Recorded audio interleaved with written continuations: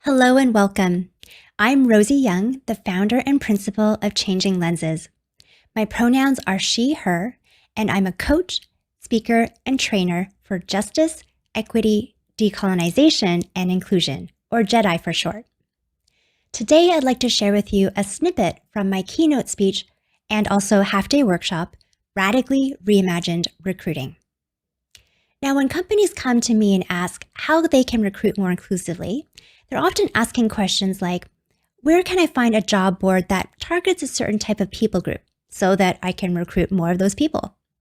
Or should I be removing names and maybe education or other information on a resume that may bias the recruiter upon initial screening? So those are some good questions to ask and fair considerations when you're looking at revising your recruiting process. But I would argue that those are not the most important factors and certainly not the first things we need to look at when we're talking about recruiting more inclusively. That's because the way that we work and the nature of work has evolved so significantly over time, and yet our recruiting process hasn't kept up. So I'd like to invite you to take a trip back in time with me as we explore how work has evolved and is continuing to evolve into the future. Now, all the way over to your left, you'll see a photo of what a typical workplace might have looked like in the 1950s. That's when the resume as we know it today has become sort of standard practice or commonly accepted as part of the overall recruiting process. Workplaces were fairly homogeneous. The workforce was fairly homogeneous. White-collar jobs were usually filled by white men. And compared to technology as we know it today, it was practically non-existent at the time. You can see through this snapshot of photos over time that we've evolved significantly around technology to the point where we now have incredibly powerful laptops and smartphones that allow us to work flexibly and remotely.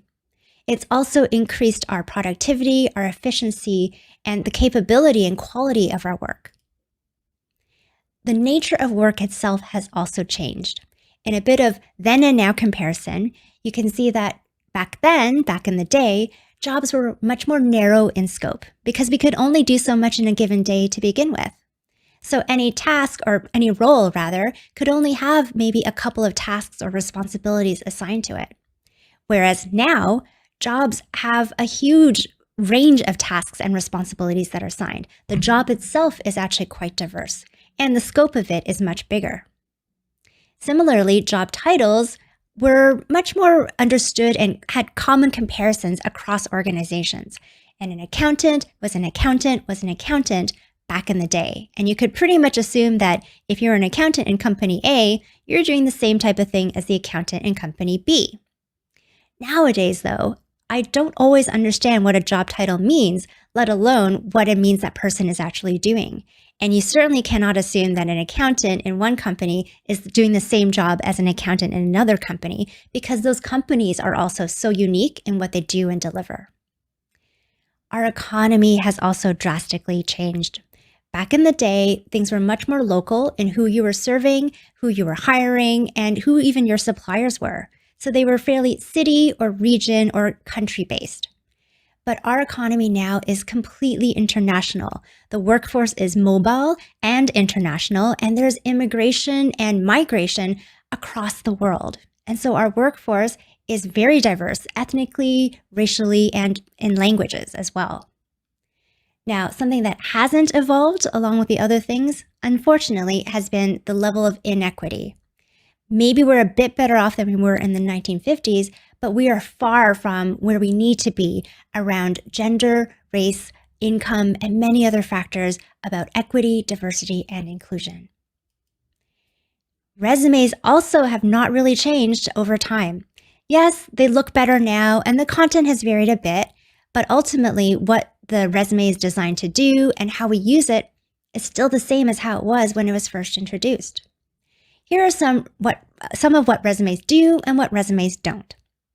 Resumes do report on a person's job history and education. Resumes are not so objective when it comes to selling the person. So they are designed to be marketing documents that attract and entice employers. There are whole industries and businesses that revolve around making a candidate sellable and as attractive as possible to recruiters. And partly because of that, as well as because of technology and just the mass amount of applications that get submitted, resumes tend to be scanned very, very quickly, oftentimes by artificial intelligence, using fairly superficial criteria, no matter how well an AI is designed, because of the fact that we can't really know the person just by looking at the resume, and we have to make quick decisions to process through quickly.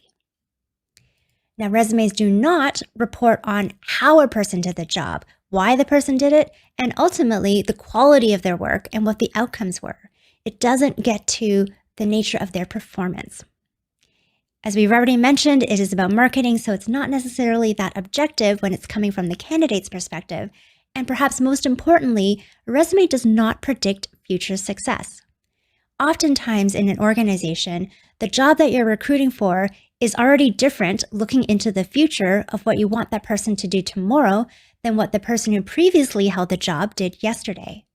So it's even harder to be able to compare and understand how a person working in a different organization in a slightly different role, or probably is a different role because the organization is different, how that person will or won't be successful in the role that you're hiring them into the future.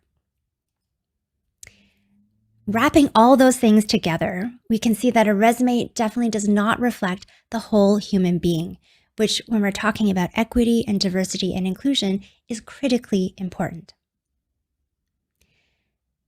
So when it comes to recruiting more inclusively, I believe that the process as it exists today is not only a good process or not a good process for recruiting more inclusively, it is actually more exclusive and more discriminatory, but our current process is also not very effective in finding a competent and skilled candidate for the role that we need to do into the future.